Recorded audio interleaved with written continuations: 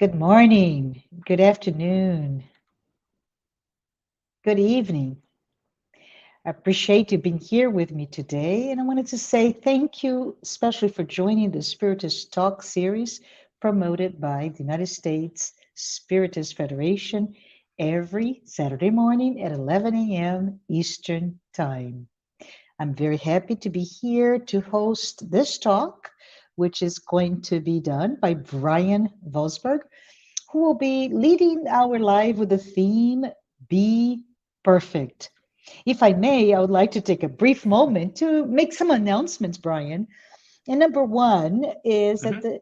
the United States Spirits Federation is presenting now a podcast like series called Psychology and Spirituality, A Bridge to a Better Life, based on the works by Joanna De Angelis. There is a new episode every Friday, and it is at 7 p.m. Eastern. The Psychology and Spirituality weekly talks are based on the works by Joanna De Angelis, as I mentioned, and offers this safe space to confront, compare, correlate, and expand spirituality concepts from a psychological lens, bringing insights, actionable tips, and real world advice to help you and I lead a better life. If you haven't done so, please subscribe to receive notifications for those new episodes at USSF YouTube channel. Second announcement, the United States Spiritist Federation is hosting the 17th U.S. Spiritist Symposium. This year, it will be on September 30th in Portland, Oregon. The symposium will focus on the topic of spiritual path to mental balance, and it has a full program including talks, panels, Q&A sessions, youth panel, kids and youth activities. It's a full day of activities. Please note registration is now open with special early bird fees. Take a look at the event program and register at www.spiritistsymposium.org. And on the screen, you may notice that there is a QR code. And if you want to help the United States Spirits Federation produce publications and achieve its goal to promote Spiritism to everyone, scan the code on screen for a donation. Now, back to you, Brian. It is so good to have you with us today. And together with everyone who's watching this live broadcast, I want to give you a very warm welcome. It is good to have you here to discuss a very, really interesting topic, right? Be perfect. Come again? How do I become that? So, anyways, before Brian has the microphone, I'm sure you are as eager as I am to hear from him. But let me introduce him for anyone who has not had the privilege to have met him previously. Brian Vosberg has been a Spiritist speaker and presenter since 20 years, 2005, having spoken at centers in New Jersey, New York, and Florida, Georgia, right, as well as past Spiritist symposia. And Brian actively advocates living the principles of the doctrine and living a moral life. Professionally, Brian is a licensed professional civil engineer and he works as a project administrator overseeing state roadway construction projects in the Tampa, Sarasota area of Florida. Please take this opportunity to send your questions during the presentation using the chat window. Brian will reserve time to address your comments, feedback, questions once he concludes his presentation. Brian, it's all yours now. All right. Thank you so much. Um, as mentioned in my introduction, one of the reasons I picked this topic was is like I do want to try to live a principled life. And one of the great tenets that I've seen within the Spiritist doctrine particularly in the 5 books of the codification, is a lot of these issues on ways that we can live our life better and how we can use the doctrine to create a new lifestyle based on the teachings of the spirits, from what Allan Kardec did. And then later on, once Chico Xavier and Divaldo Franco started coming in with all these wonderful books that just added to it, it really helped cement the idea of we do need to live a more moral life, a more principled life today, tomorrow, forever, because it not only improves ourselves, it improves our communities, improves our world, and it does a lot of great things to just improve the elevation of Earth. I know in the past there's been a lot of talk saying how we're transitioning from a world of trials and atonements or to a world of regeneration. I'm not going to go too much into that for this topic. Again, that's part of the reasons we would love for everyone to read the doctrine, because it does explain the progression of worlds and how we're trying to go from step 2 to step 3. So that's a positive step. To use a phrase for all the kids out there, the younger generation, Earth is about to level up. So within the doctrine itself, it has this triple aspect of Spiritism, and it has the 3 legs: the philosophy emphasized by the Spiritist doctrine, the religion by the Gospel according to Spiritism, and then science from the Medium's book. In most centers, when you're visiting, they're going to teach you primarily from the philosophy and the religion aspects. And then the science one is kind of reserved for people that have been there for many, many years. It's its own separate class. But it doesn't mean that you can't read it now. And because there's things in it, while it's geared towards people that have mediumistic abilities, there are still things in there that do teach you on how to live a better life. And even most centers with their own programs, they'll add to it and add different things to it. For example, don't eat red meat before before 24 hours in advance. No wine, no or alcohol, no smoking. Things that you would do for at least a period of time to purify your spirit. That alone kind of just gives an indication of saying like how to be perfect. And that's just doing it for 24 hours. But if you can extend that for 48 hours, a week, a month, and turn it into your life, you're well on your way to what I started with this topic of being perfect. And then like this is, but the fun part about this is we have a philosophy and we also have a religion side, and they all work hand in hand. All 3 legs of these 3 aspects of Spiritism all work together. They interact with each other. A lot of times, as outside of the Spiritist community, you see this big divide between religion, science, philosophy, or politics, that they kind of like hold each other. They kind of like intentionally separate themselves. Whereas one of the great things with the doctrine is it meshes. It pulls them all together, and thus they reinforce each other. Whereas saying something as simple as chicken noodle soup for the soul, popular book series, also a great remedy. We don't know why it's such a great remedy, but it is.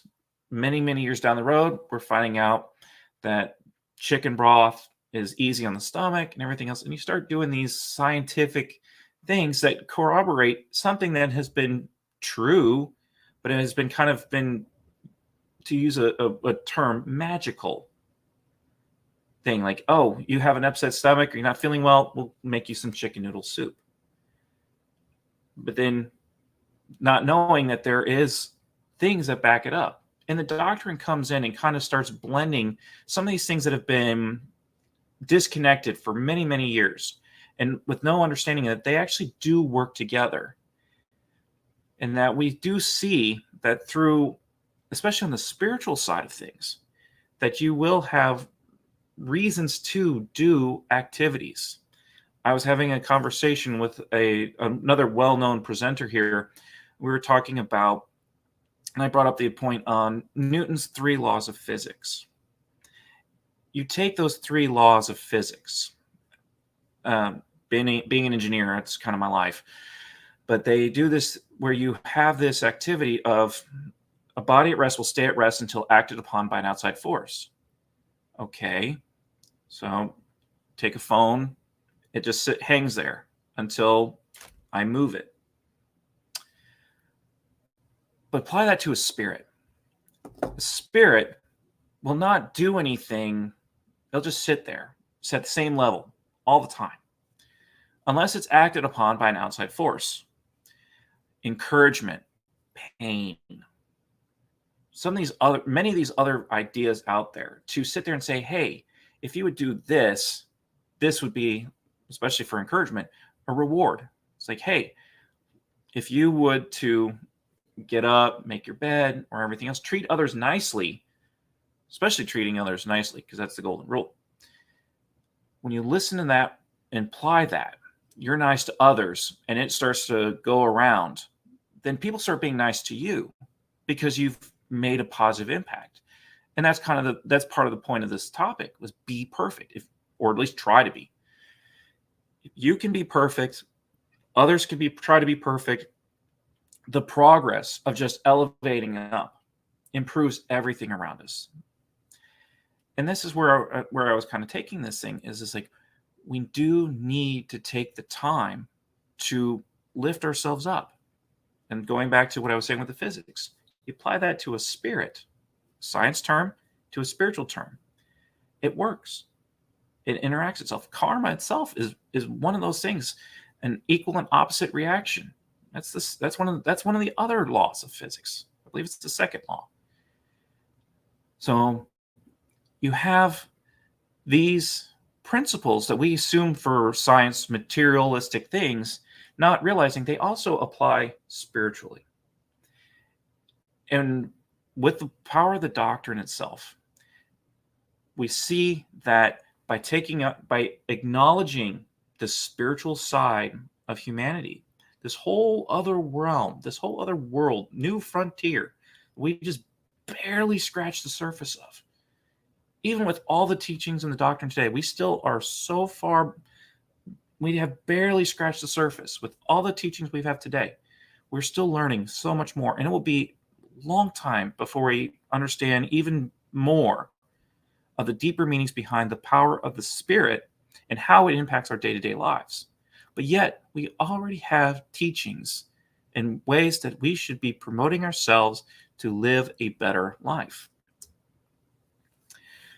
So, of the 5 books of the codification, I saw in 4 of them, especially, that there are lots of topics and lots of things you can do to help train yourself and teach yourself how to be a better person.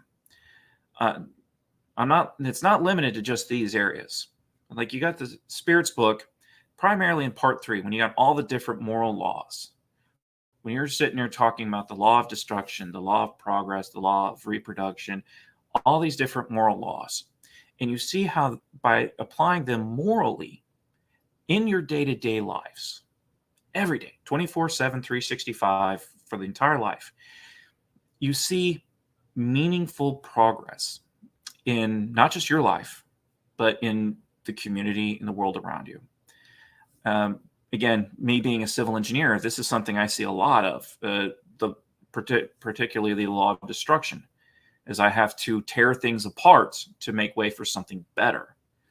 I rip up part of a roadway, unfortunately, for a period of time that makes everyone unhappy. But I do, by the end of that time, once that road is built, it's wider, it's bigger, runs smoother, and people are happy about this new roadway, not realizing that people have put the effort in. Maybe it was only 2 lanes, now it's 4 lanes, or now it's maybe up to 8 lanes. Who knows? But we've improved it. We took part of it apart, we destroyed part of it, or maybe we took away the whole road. There's been times that's happened too. again, like a building. You tear down a small house to make way for a bigger house. Or we just here in Florida, we've had the hurricanes last year. They destroyed a home or damaged a home so much that the only thing to do is tear it down and build a new home. So we got rid of something that was insufficient, that was not perfect, and put something that was better, that had learned from its mistakes. That's one of the big things, especially for, again, civil engineering and construction. Things keep improving over time. There was many years ago, there was a bridge up in Tacoma, Washington, called the Tacoma Narrows Bridge. They built it and was fine, but it started to rock and sway, not realizing that because of they made it so thin, so light, that the breeze, there was enough of a wind channeled through the Narrows that it picked up speed. And it was enough to turn this bridge, steel, concrete, and everything, and made it start to fly. It became a wing. Now, eventually, the bridge shook itself apart and fell into the Narrows. But people learned from that mistake. And now, bridges today don't do that. They're designed now from that point. Why do I bring it up? Again, being perfect. We keep learning from our mistakes. We learn, especially from mistakes. We learn what not to do, or maybe when we go too far. We took something and we went too far. I want to keep going back to this with the gospel according to Spiritism. Now, I don't limit that one to the whole, just one section, because the whole book is very important for how to be perfect. Now, there is a chapter specifically titled Be Perfect. I was reading that when I was asked to do this lecture, and that's why it became the topic, and it is featured here in a few slides. But the whole book itself has a lot of great wisdom and readings on how to live yourself in a better life. And it's worth rereading. Even the old trick where you take the book, you open to a random page, and you read what's there. It's amazing this type of stuff you'll see in that short one-page read, brief read, and you'll see some wonderful wisdom contained in that. Then you go on to, again, I've already mentioned a little bit with the Medium's book, and it's kind of sprinkled throughout. When I was redoing my research for this lecture, I was kind of like looking around, seeing like, okay, there are some things for prep, but it seems to be they're all sprinkled within. But the big takeaways was this, like, again, purifying the soul, purifying the self, and morally elevating the person. Not only does it add protection, spiritual protection to you, it increases your vibrational levels. It makes you more in tune with with the higher order spirits. And if you're in tune with your higher order spirits, that means you're better in tune with your guardian angel. You're better in tune to being inspired with better advice. And then we go on to heaven and hell. And this one had like two little sections in it. One of them was an odd one because it's the penal code. And I was like, penal code? This is punishments. But it's for the spirits. And it's like, I think, like 36 little sections that you just sit there and read. They're real quick. It doesn't take too long to read. But as you read through them, it shows what happens on a spiritual side. When you do something, when something happens, there's a consequence. Sometimes it's positive, sometimes it's negative. And these things add up. And again, this is kind of like the system with karma, or there's another thing where you have like so many positives that cancel out so many negatives, and you want to have a net positive by the end of your life. And this penal code kind of helps illustrate that, because it sits there and says like, well, you do these negatives, this is the thing that's going to bother your spirit's going to be hurt. And if you don't do these things, your spirit's going to be improved. And then he goes on in heaven and hell, especially when you go to part 2, because now you've got all the different types of spirits with all the communications, from the happy to the miserable to those having physical ailments, that would have, and like why they would come into this world without an arm, being a quadriplegic, or to be hit with a disease, kind of like what happened to Stephen Hawking, where he's kind of basically trapped inside his own body. These examples illustrate not only how our past lives have direct impacts on our current life now, and also will impact our future lives, which is a very powerful thought. Because most of the time, we always think we have that phrase that's out there in the world, YOLO, you only live once. We know for a fact in the doctrine that that's not the case, that we have multiple lives, and it's in line with God's justice. And we prepare for the next life. So we want to do good on this life so that we do good and we have a better situation in the next life. Outside of the doctrine, this is brilliantly illustrated by the Spirit Emmanuel when he came in with his book 2,000 years ago, 50 years later, and then I think there's another third one in that series. I believe it's Hail Christ. When you read through those books, especially when you do the first two, because you see him as a senator, he doesn't live a very good life. I mean, well, good materialistically, but not very good spiritually. And then you go in 50 years later, and the roles are reversed. He's not very good materialistically, physically, but he's very good spiritually. You see the growth in just those two lifetimes. And he says, like it says, that was, as the second book was said, 50 years later. He died, comes back, and we see him again as a grown person 50 years after the events of 2,000 years ago. It's a very powerful book because you see one reincarnation to the next incarnation. You see the difference because he learned so much at the end of his life that transferred into his new life. And that's, again, another powerful thing of why we need to be perfect or try to be. Within the doctrine itself, we have these two teachings. We have this right here in chapter 6 of the gospel. O Spiritist, love one another. This is the first teaching. Educate yourselves. This is the second. Education is huge. We have another friend, and there's another common saying. It's a cliche one, but it works. Practice makes perfect. Because when you practice, you educate yourself, you refine yourself, you learn, and you find the impurities within something. Professional athletes practice this skill hundreds and hundreds of times to refine the movements, make things as perfect as possible. So like if you're like Tiger Woods hitting a ball, golf ball, he hits it consistently time after time. Or these basketball players, they're shooting free throws. They're shooting and they're dropping in them baskets time and time and time again.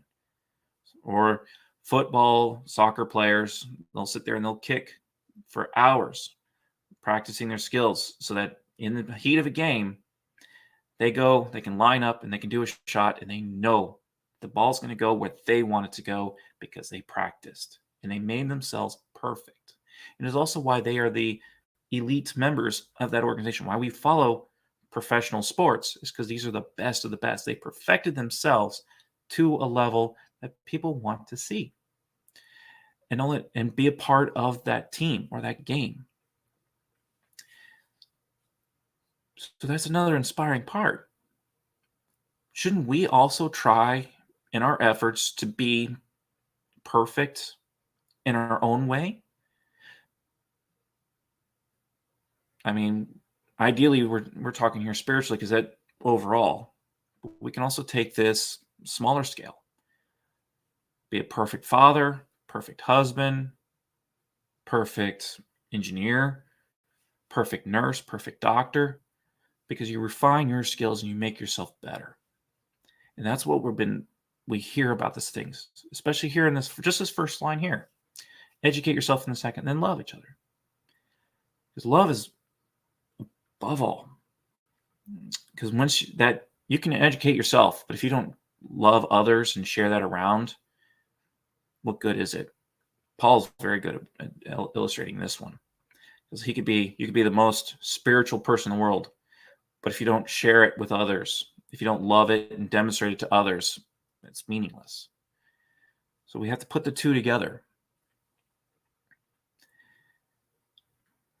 And then we have this other one here. This one's from the Spirit's book. And it's just a way. It's in here. It doesn't explain being perfect at all, but it does explain a way that we can be perfect. Destroying materialism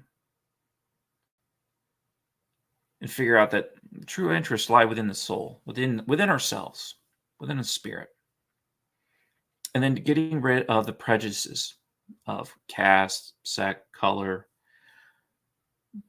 Especially in today's world, there's a lot of divisions, all different types.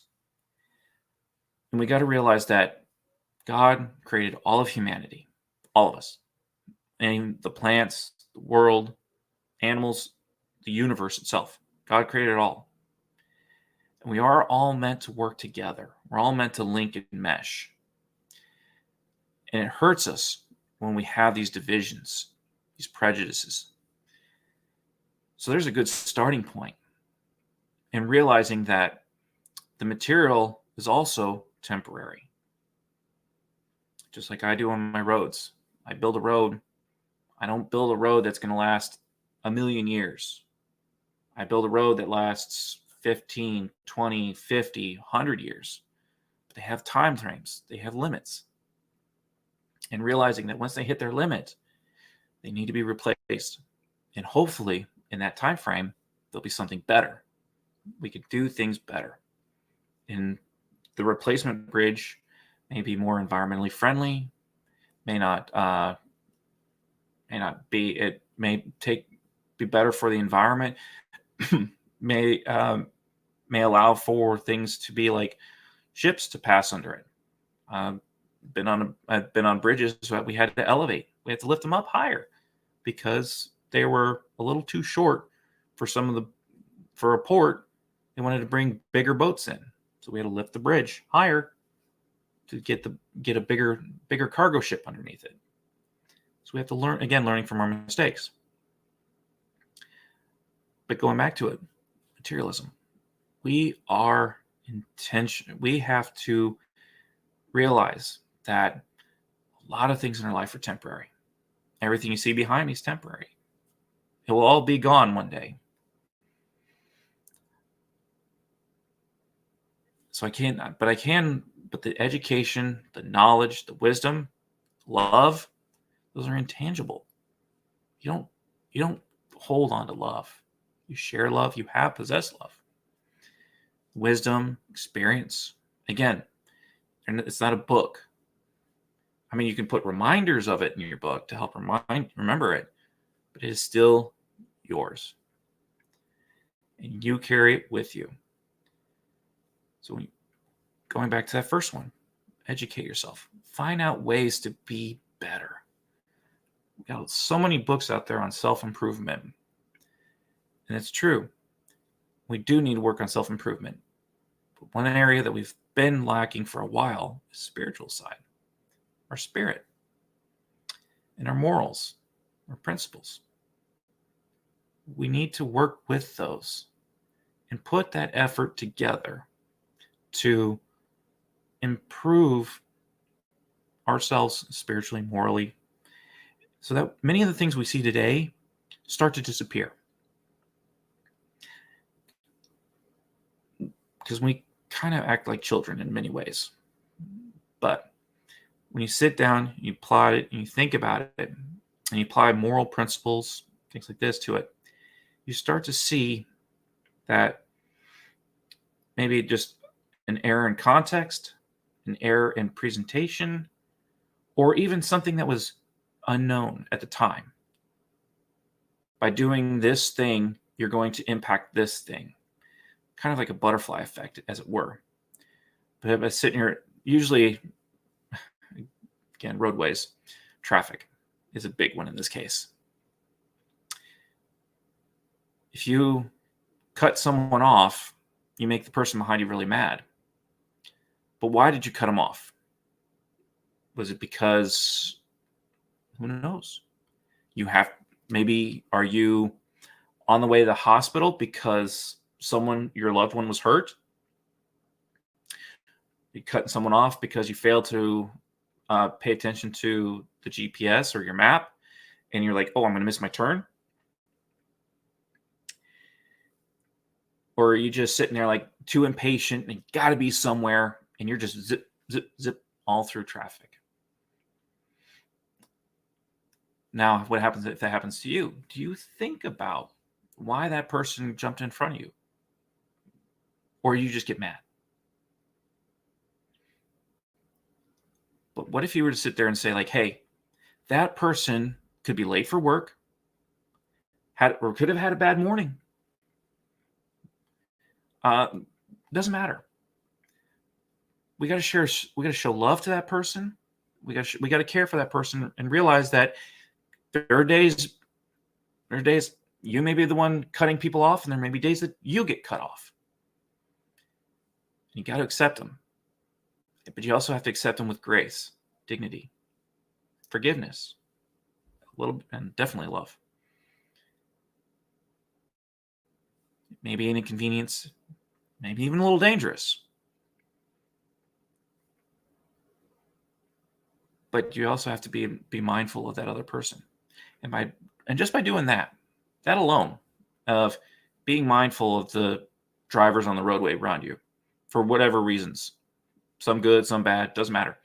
If you're mindful of them and you're saying, hey, we're on these roads together, we actually have to work together as a team as we travel on these roads. And that's going right to our part of being perfect. We all say bad drivers, good drivers, and everything else. But still, you take that example and you apply that larger scale.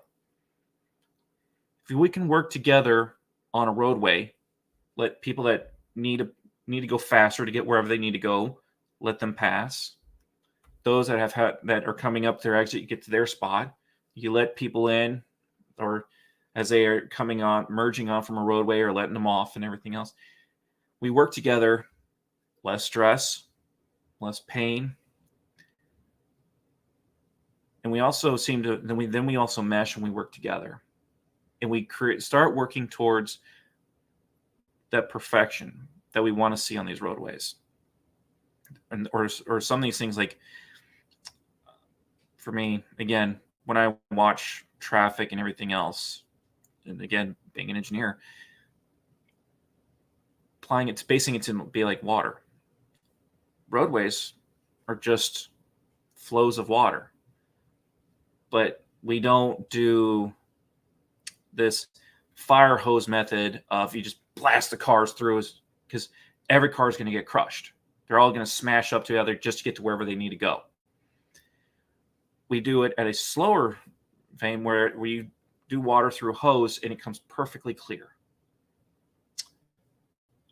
In engineering terms, it's called laminar flow, but it's everything works together in a line. Everything is at equilibrium. Everything is it's doing it's right there. It's kind of like it's the organized version of it, and allows, while it's a slower rate, like it says, it's clear, so there's no bubbles, no nothing like that. So it works efficiently, and that's what we want what we want on the roadways. But that's also what the spirits want from us spiritually. They want us to start working together cohesively instead of all this bubbles and churning and everything else. They want us to be this nice system that works together, that flows, that interacts seamlessly with each other.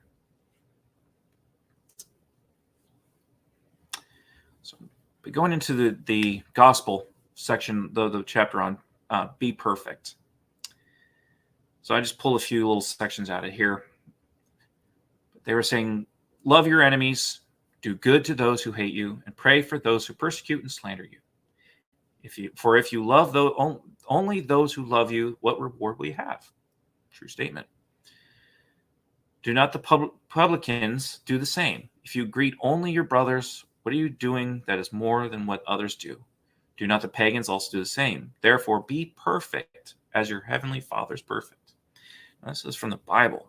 This is Matthew chapter 5, verse 44, 46 through 48. You sit here and read this. This is the beginning of this chapter, by number 1.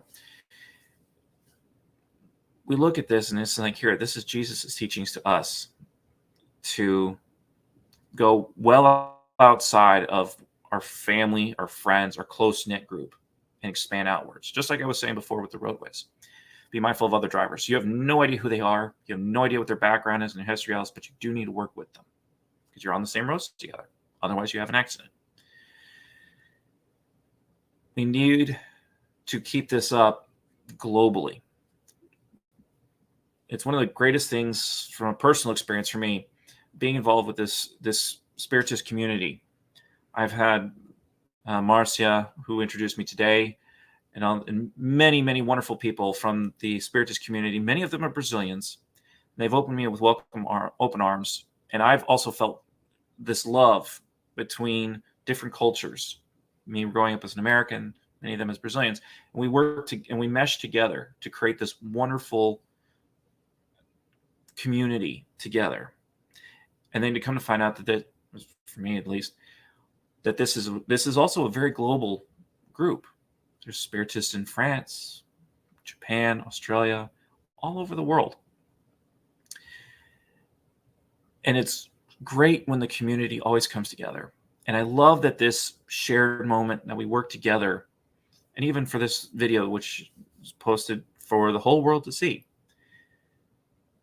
to come together and work cohesively. It's not easy to do, but it is an effort we should be making. Now we go into the teachings from the chapter. Be perfect as your heavenly Father is perfect. Taken literally, would presuppose the possibility of attaining absolute perfection. Now, in the doctrine itself, it kind of sits there and says, like, you can't do it in one lifetime. Over many, many millennia as a spirit, since the spirit itself is immortal, we should get maybe not absolute perfection, but we should get relative perfection. We'll get better. We get better over time. So the people that Jesus spoke to would not have understood this nuance. He limited himself to presenting them with the model and told them to put the effort to emulate it. This was 2,000 years ago. And Jesus gave us a wonderful example to follow, the emulation. And try to follow his words. We're still struggling with that to this day, but it's worth putting the effort in.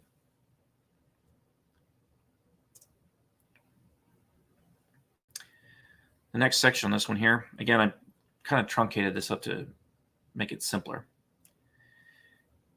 Moral persons are those who practice the law of justice, love, and charity in its greatest purity. They live the golden rules.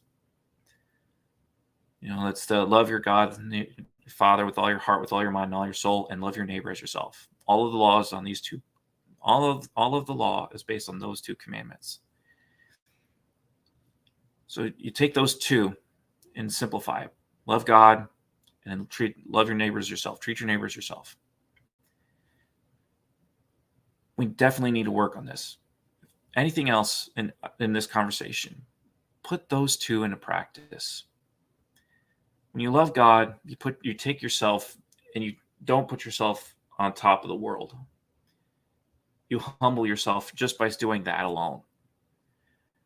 And then when you start loving each other, treat others as you want to be treated. It has a profound effect when you actually do that. When you sit back and think about it, do you want to treat your kids Are you like when you treat your kids the same way you were treated as when you were a child? Did you like it when they did that or not? Or do you see the reasoning behind it? Why you had to be stern? Why your parents were stern to you, you had to be stern with your kids, and you found the reasonings for it? Or are you just sitting there being mad because you had a bad day and you're taking it out on them?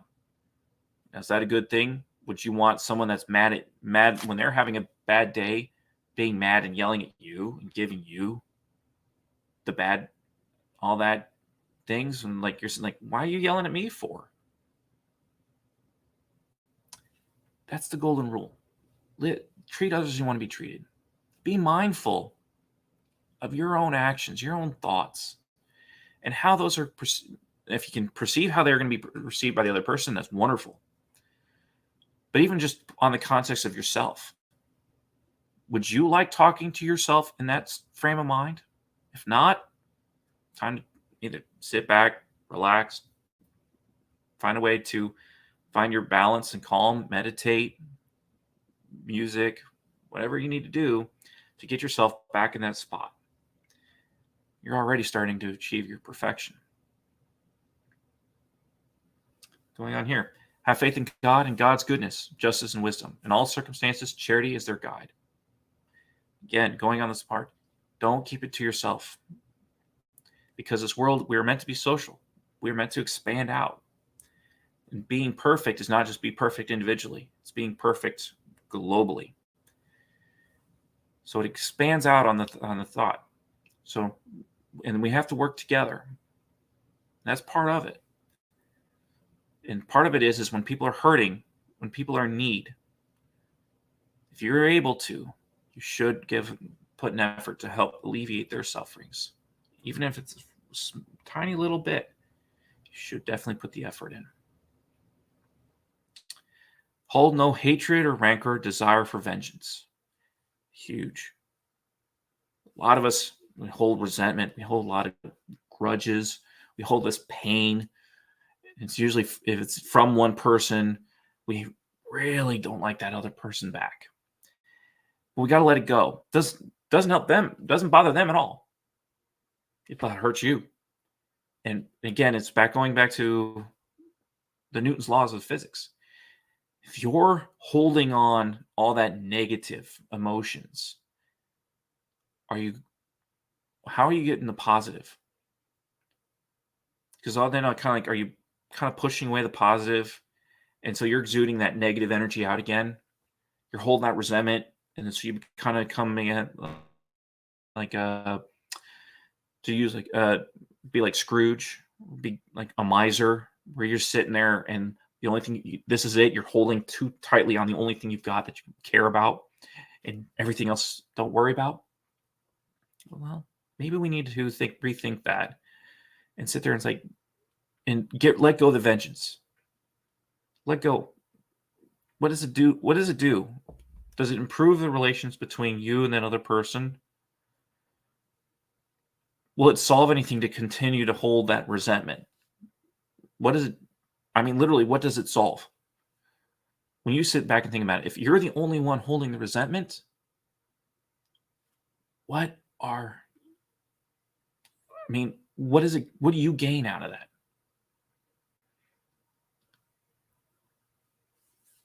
And then the last one here, indulgent toward others' weaknesses, and they recall these words of Christ, let him who is without sin cast the first stone. Again, going back to the thing is reflect back. Are you blameless? Are you okay? Are you perfect? No? Then why harp on the imperfections of others?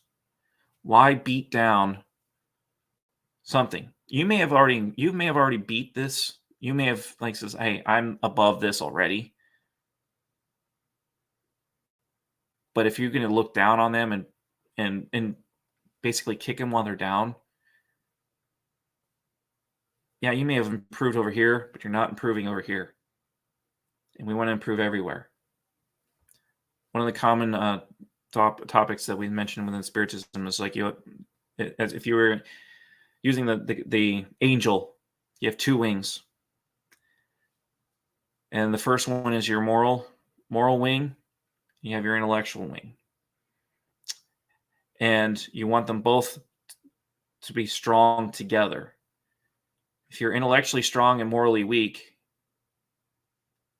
then you're going to drift. You're not going to fly perfectly. If you're morally strong, intellectually weak, it's great, but how can you help people? Because you need the intelligence to understand how you can best improve things. So there was always a desire to balance the two wings. And I'm going to wrap this up really quickly because we're about out of our time here. I focus mostly on the main doctrinal teachings, and I did touch a little bit outside of it. And we're talking about being perfect. And like I said, I brought here the Emmanuel series, again, highlighting 2,000 years ago and 50 years later. Also, Paul and Stephen was a really good book on how he changed his life around. We also have the Andre Luis series, which is also another fantastic chance to read through the series. And you can see the development of Andre Luis's spirit, and especially in the first book, Nosalar. When you look through it and how he lived his life materialistically, it wasn't really very spiritual, but had that spiritual awakening. But after spending 8 years in the lower zones, or umbral, he spent all that time wallowing in his own self-misery of his mind. But then once he was released, look at the greatness he did. And and we see it in his books. He continued to advance and grow. And we see that, and then as he's able to help others, and even like with Nasalar, he had an opportunity to help his family when he realized that he had been replaced and there was another man there taking care of his kids, his wife, because he died already. And then he's on his deathbed and he can see his wife crying and struggling because she can't bear to be a widow again. Please. Andre Luis says, like, he got rid of, again, the vengeance, everything else. He shed off a lot of the whatever he was harboring, and he says, no, I'm helping her. This guy stepped in after I left, and he's taking care of my family for me. He is my brother. I do not know him, but I will take care of him. And he goes and he calls for help and says, hey, help this person. And he gets his help, helps relieve this person up. And that's how he got, at least in this book, how he became a citizen in El Salar. And that's the sign of the perfection. That's an example that when we grow and be more perfect spiritually, we can see how, just through the examples of these books, how we continue to grow. And then I had to throw one out here to our good friend, Dan Assisi, our center here in Florida. We've been dissecting his book, Our Road to Damascus. And we're doing a lecture series on the different points of his lessons. And it's also, and I bring it up again here in this one here, because it's like when you do that Damascus moment and you sit there and you think about it, how it allows you to make changes in your life, positive changes, reinforcement changes. You approach that sign of being perfect. You put yourself on a path to perfection. It's not going to be easy, but it is life-changing, just as this road to Damascus. When you think about what Paul went through on that moment and how his life changed completely and how he became a force for good and literally ended up writing a good portion of the New Testament of the Bible, all the epistles are through Paul. So he put a lot of effort in, and he did so much just from that one moment, and he changed his life for the better because of it. Thank you so much for letting me speak, and I'm going to open the floor up for the questions. Thank you so much, Brian, and we really appreciate all the insights about this topic that you provided, and we're open for comments and questions from the audience. So let's see if we have any already that we can start talking.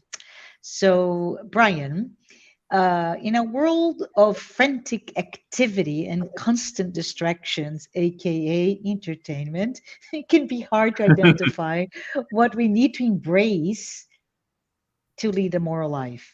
How can we establish a stronger connection with God and lead this richer spiritual life that you refer to? I mean, good part is definitely, again, joining a Spiritist community near you is one big part to it.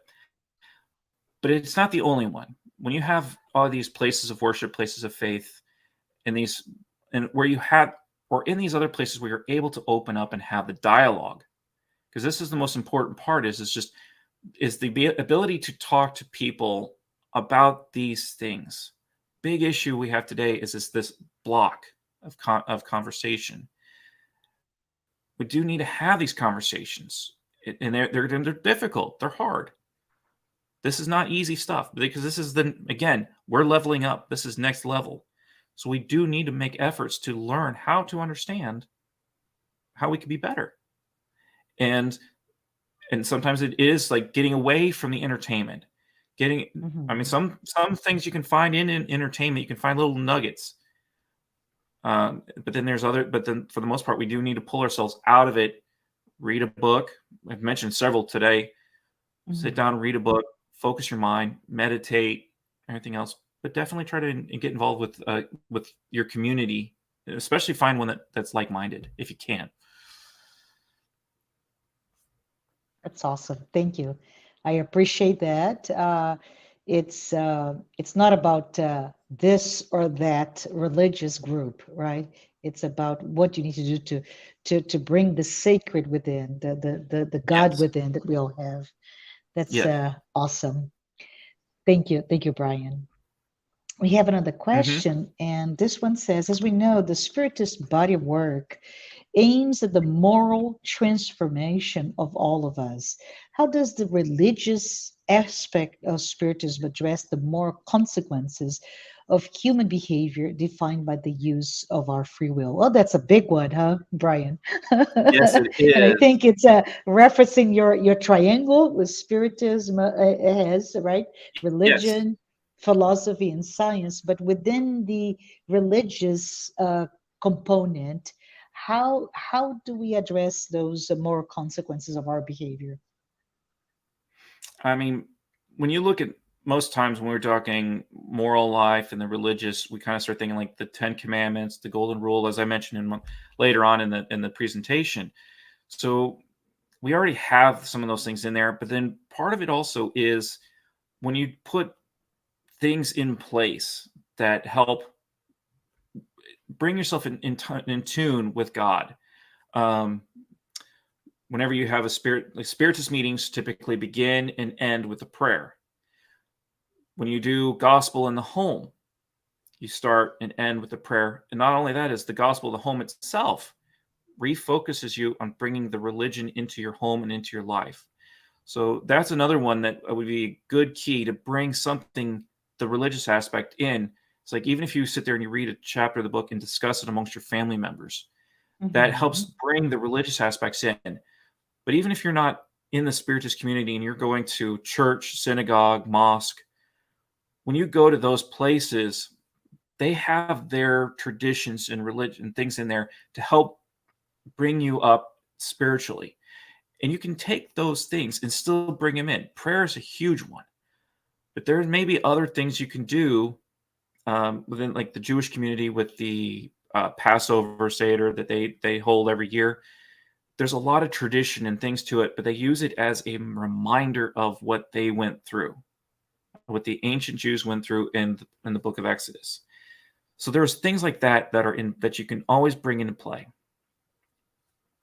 I'm going to keep this one kind of Can I short ask because we. to put the question back because I think the person who provided the question, I don't know if you can do Give that. a follow up. Well, yeah, because they talked about actual very pragmatic view, right? Uh, Hmm. we all have our free will.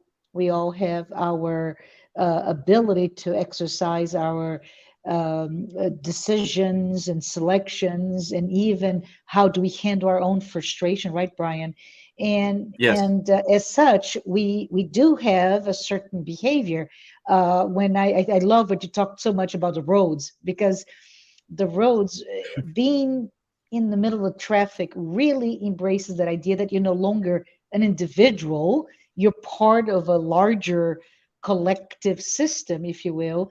And as such, Hmm. everything I do, including go too slow, right? Be too cautious, and everybody now has to be slower, etc., etc. So every decision has a consequence. But how do we do this? How does it, what does it mean, this exercise of my freedom or my free will impact that idea of moral transformation? I want to be a better person. I think St. Augustine is a great example, right, of Yes. that, of somebody who lived a, or Paul for that matter, in the book Hmm. that you referenced. So our Damascus moments may be one that you recognize, whoops, I've exercised my free will, yes, but look at the consequences of those decisions. Maybe you want to talk about it if you have a minute. Yeah, because I guess I can stick with the road analogy too, because if it does, it has that way of blending with everybody, and because it says it's no longer just you, it's others, and like it says in a system, and you have people that will do like there's people like an elderly couple typically run slower because their eyesight gets worse and everything else. Their reaction time is less, so they're driving at what they believe is safe for them. May not be safe for you, me, and others, but it's safe for them. And we do need to keep that in mind. Yeah, it may be an inconvenience to us, but would you rather you be inconvenienced and they stay alive versus them kind of being forced by other people to accelerate and go with the flow of traffic to be better for everyone else? I mean, there's a consequence to that. And when like Mhm. we kind of force people to do things that they're not ready to do, or the other one too is free will. I see this a lot with motorcyclists. They will zip zag around and they will haul. They will go Yes, 100 miles an hour through up zip zagging through things, but eventually they may not. They'll hit that spot. I unfortunately saw this in one of my drives. A motorcyclist thought he could outrun the cops, flew up the shoulder, and ended up in the back window of a car that was coming on as on an from an on ramp, and they just pulled in so quick that they couldn't react, and they were in the back window of that person's car. Ruined his day, ruined that other person's day. So not just again consequence. This person thought he could outrun the cops, and like I said, he ended up in the back windshield of a car, and that person now has had to get a new windshield put in the back of their car. Their day was inconvenience and everything else through no fault of their own. So this one person's free will impacted others, and this is something right. we also have to keep in mind when you have these moral consequences. Is it may not impact just you; it could impact others. Love it. Love it. Hi, Kirsten. Kirsten's saying, great point, Brian. Joanna De Angelis says we shouldn't push people to face themselves if they don't first have the resources to deal with their own shadow. And that's a very great point, right, Kirsten and all. Mhm. We live, we're immersed in this collective society, but we cannot push someone else to be ready to face a perfection, and I put in air quotes here because the idea of being perfect is relative, is not absolute, right? Mhm. Oh, great, Kirsten, thank you. We just watched a docu-series on Netflix called Arnold, about Arnold Ooh. Schwarzenegger's life, and it's amazing because it shows how disciplined he was to try and be successful, and he was. But he acknowledged that he failed in the area of his marriage to Maria. It feels like it's easier to master the exterior, or is that just lack of knowledge to go within ourselves? What are your thoughts, Brian? Ooh. It, both like definitely it's easier to master the exterior because you can see it. When you have your five Mhm. senses engaged, it's easier to focus on the physical, whereas it's very difficult to focus on the internal because it's you can't see it and everything else. It's mostly through feel, and through thought. So it's heart and mind connection to put the two together. And again, this is something else too that we've been lacking the lack of knowledge to go within ourselves is we don't push in today's society. We really don't reflect on spiritual matters, our values, our principles. We seem to be very, again, using Kristen's thing here, we're very exteriorly focused, not Mm-hmm. realizing that those things have an interior focus. And it is, again, going back to the thing, it was one of those things that always attracted me with the doctrine is the doctrine itself focused me to reflect inwards. You Mm-hmm. mentioned St. Augustine with this famous line, know thyself. And Yes. this was, and this, I didn't hear that before until I got into the doctrine. And it's something that is not discussed a lot. I wish it was. I wish the churches, synagogues, mosques, all the different religions around the world. I mean, the Buddhists are pretty good at doing the internal reflection from what I've seen, especially the Tibetan monks. They're very good on the internal reflection. But it seems to me it's not a overall broad thing, and it is something that we need to do more of. Is try to promote that inward reflection more often, and take these moments to sit there and reflect on these things, especially it was one of the funny things with movies, since we're bringing up Arnold here, is when you look at some of these good movies or some of these very memorable movies, one of the things that we always talk about is how to bring that around. Is when you see a movie, how does it reflect back to you? Recently, like we're seeing, Avatar: Way of Water just came out recently, and it was interesting to see that because it's in one scene here. Hopefully, I'm not spoiling it for anybody out there. Um, it's kind of noticed in one of the trailers, so I think I'm safe. But it was he loses a son, but adopts another as his own, and that is powerful in and of itself. And not only that, the son is the son of the guy that was trying to kill him, that was Mm. hurting him, and he adopted his son. And this guy's son, and that guy also even killed his own son. So that there was within that pain and agony, he's doing that release. And it was something just to see in one movie, just to see that come in there. And you can go reflect on many of these other great movies, things that we call classics. Many of them have a moral component to them, and Yeah. that you can sit there and reflect back on. And it's what makes them great and makes them rewatchable, especially, is because the morals are in there. Yes. And it gives you that chance to reflect. So thank you, Kristen, for bringing that one back up. Yes, thank you. Thank you, Kristen.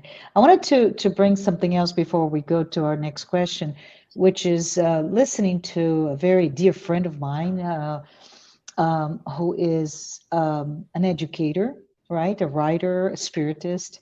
And she was reminding me that the word education, I know you talked about education previously in our talk today, Brian, but she mentioned education comes from actually two very similar words in Latin, educare Mm-hmm. and educere, with an E-R-E and A-R-E.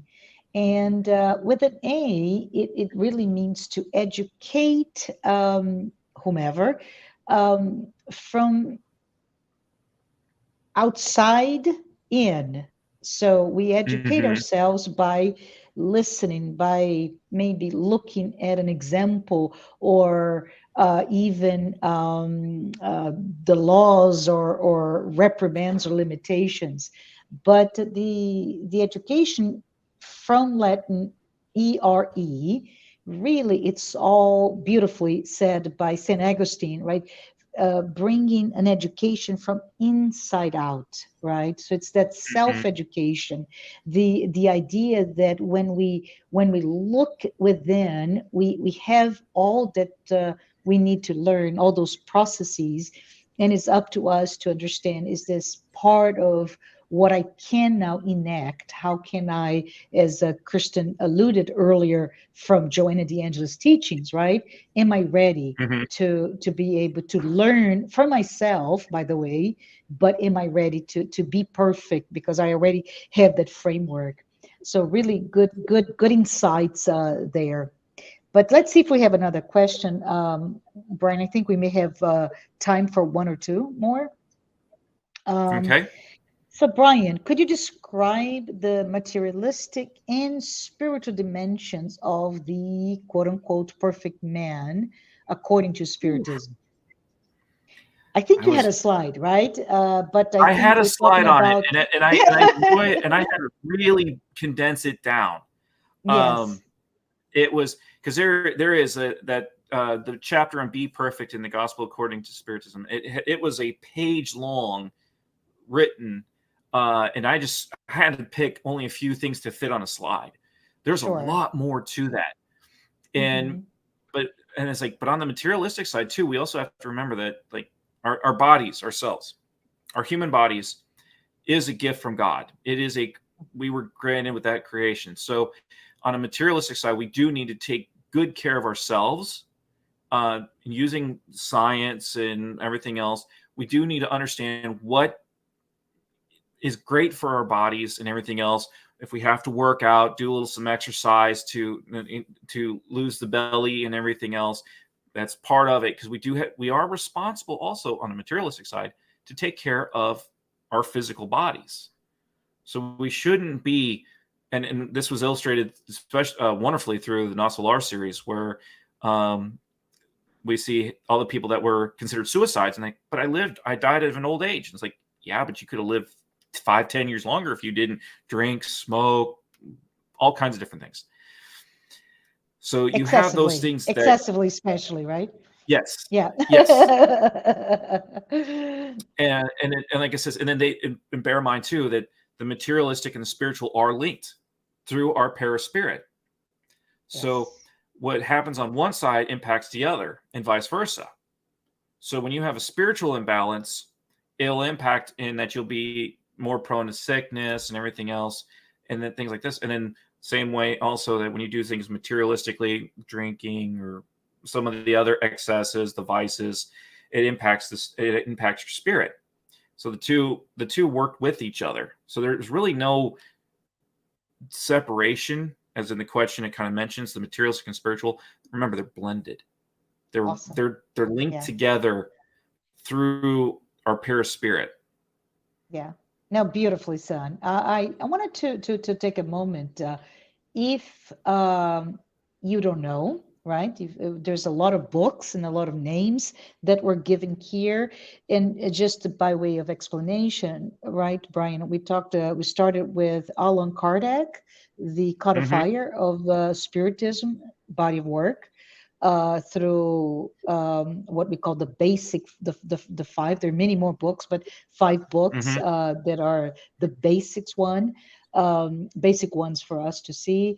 We also talked about, I remember you saying Chico Xavier, who is a Brazilian medium, very prolific. And through Chico's mediumship, we have now Emmanuel as a spiritual author, right? And you also mentioned Andre Luis that wrote the series, Andre Luis series, including Nosolar that you mentioned here.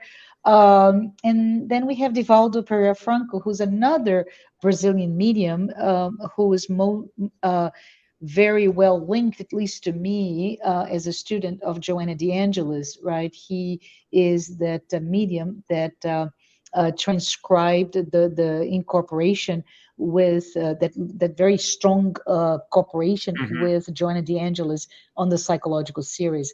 So lots and lots and lots of information for all of you who may be interested in this topic at large, right? It's not just you read a page and you become perfect. It's we are perfecting ourselves, and there's many great material for us to better understand. But let's Mm-hmm. see if we have another question.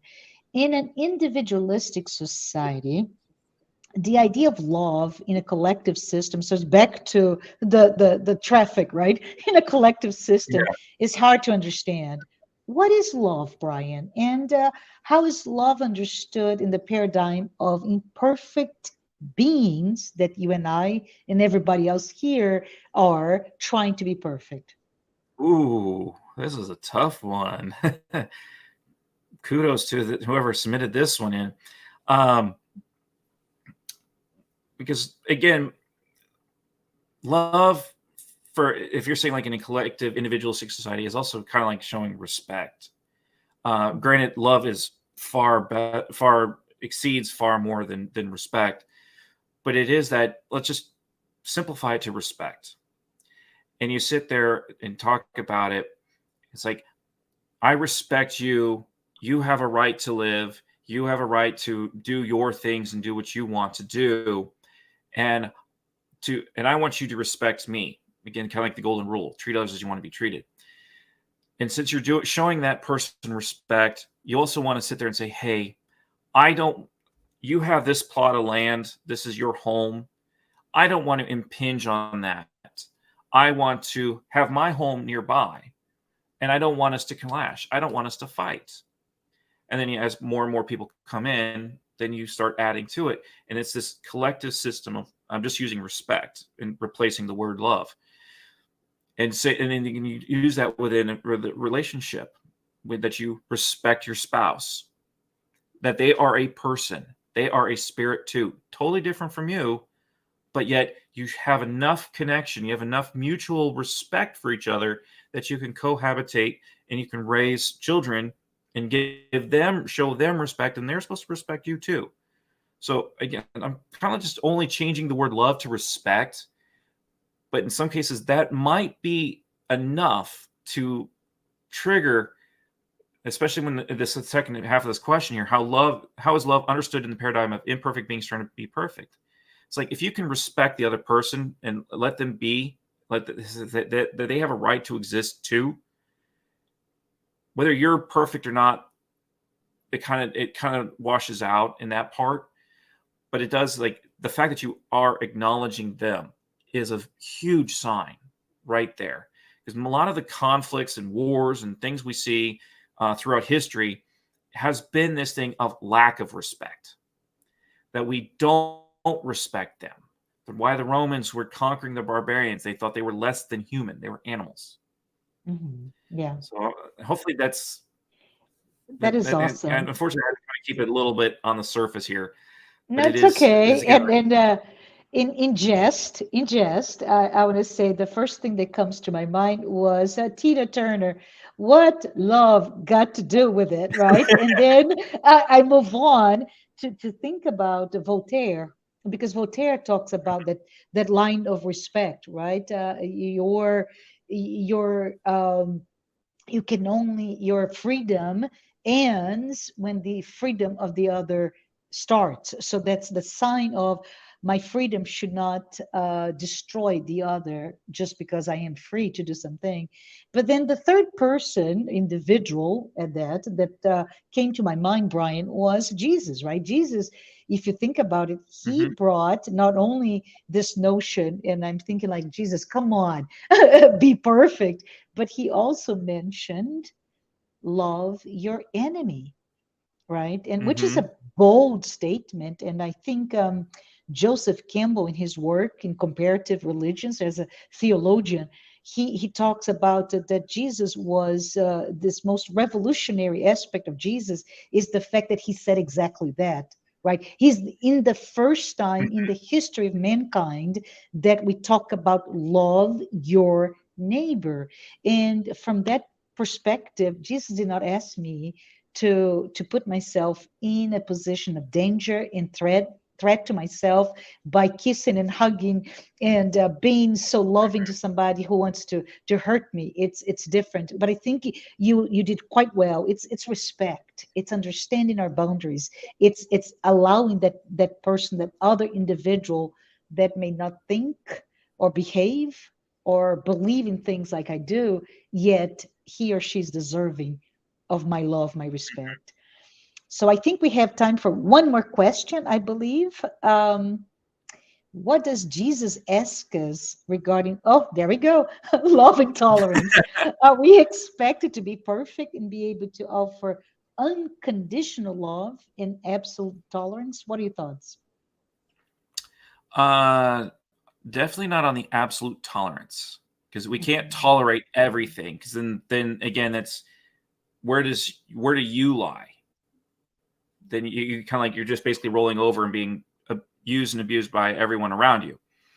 So, like it says, you have to have your space, your place, and everything else. You have your part to play. You're just as vital as everyone else in this world. And the idea is like, we've been using roadways and cars and everything else. But I was like when you look at a car, how, especially when you got these like precision cars, the higher end ones, they work perfectly when everything is aligned and working in this precision.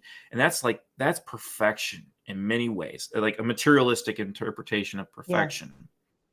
And when you got, and then, but then you have things that are a little sloppier and everything else. They're efficient, they work, but don't they don't work as well. And you can see this. I was saying, like, typically, like, Jeeps post World War II were meant to be, you can just take apart and just throw it in and get it back on the road. So it would work, but it wouldn't be a Ferrari or a Yeah. Lamborghini that would just, or a BMW that just, they, it would work, but not as efficiently. And as we work towards perfection, we improve the efficiency of the whole world improves. And you do see this, like I said, when you do apply these practices in small scale, you definitely see it. Like when you treat your family with respect, everybody seems to work together and everything and more harmoniously. Like then just the Spiritist communities, when I go to the centers and you see everyone that works, they have their spots, they have their little stations, they work together, they hug, they embrace, they say hi and share. It's great. And you see this combination and it works so well when like if someone can't be there today, other people step up and take over. That this they work, and you just see that they do, and it has this harmony to it, where even if a person can't be there anymore, someone will come in and take over, or they'll sit there and say, okay, we can't do this anymore, and they will adapt and adjust, but it does work together. And this is what Jesus is pushing for, is he wants the whole world to come together as brothers and sisters. And that's Absolutely. why he Yeah. didn't go. Didn't stick to the Jews. He went to the Gentiles, and he was like, he's bringing them all together. So Absolutely. This is awesome. Thank you. Thank you. I think all Christian says that love is something magical and mysterious. The reality is, thank God, we just need to begin wherever we are. Beautiful, Christian. We don't have to mhm. understand immense complexities. We are imperfect, and God knows that and loves us anyways. He just wants us to do our very best. That is love. Loving someone where they are. Thank you. Beautifully said. Thank you so much, Yes, Kirsten. With that, I think we have come to a close, Brian. I want to say thank you. This has been an amazing talk. I really appreciate the time together. And I wanted to say not only thank you, but thank you everyone who has been with us today watching this live talk. And for those who are also following our weekly Spiritist Talk series. Next Saturday, June 17th at 11 a.m. Eastern, don't miss our next live with Andrea Marshall Neto, sorry. And she'll be discussing what good is the study of Spiritism after all. Love it. Love the title. Don't miss. And Brian, before we close, would you be so kind to say a prayer for us? absolutely. Thank you. Dear Lord, wonderful Master, mentors of us all, watch over us now as we part company. Let us take this time to absorb and understand that which was presented here today. Let it guide us and help us to take a path that brings us closer to your light and your love. Let us go forth from here now, energized and rejuvenated, that we may also be a light to others in our day to day lives, inspiring them to be better, to be that much closer to perfection.